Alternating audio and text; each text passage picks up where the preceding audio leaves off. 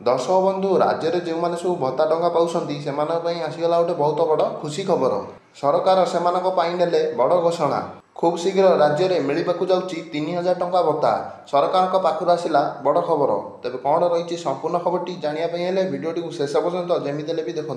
दर्शक बंधु राज्य में समस्त भत्ता अधिकारी आसगला गोटे बहुत बड़ खुशी खबर।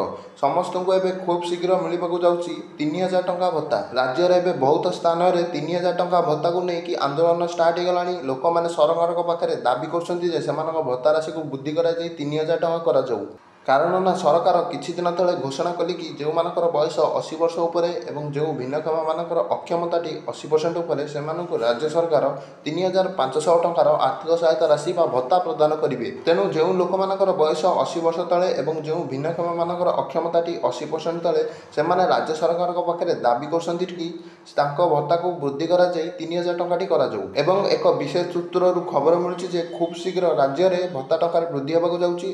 जो लोक मानकर बयस 80 वर्ष तले और जो भिन्नक्षम मानकर अक्षमताटी 80% तले अच्छी से राज्य सरकार बड़ भेटी देवाक जाऊँगी से भत्ता राशि को वृद्धि करने को जाऊँगी।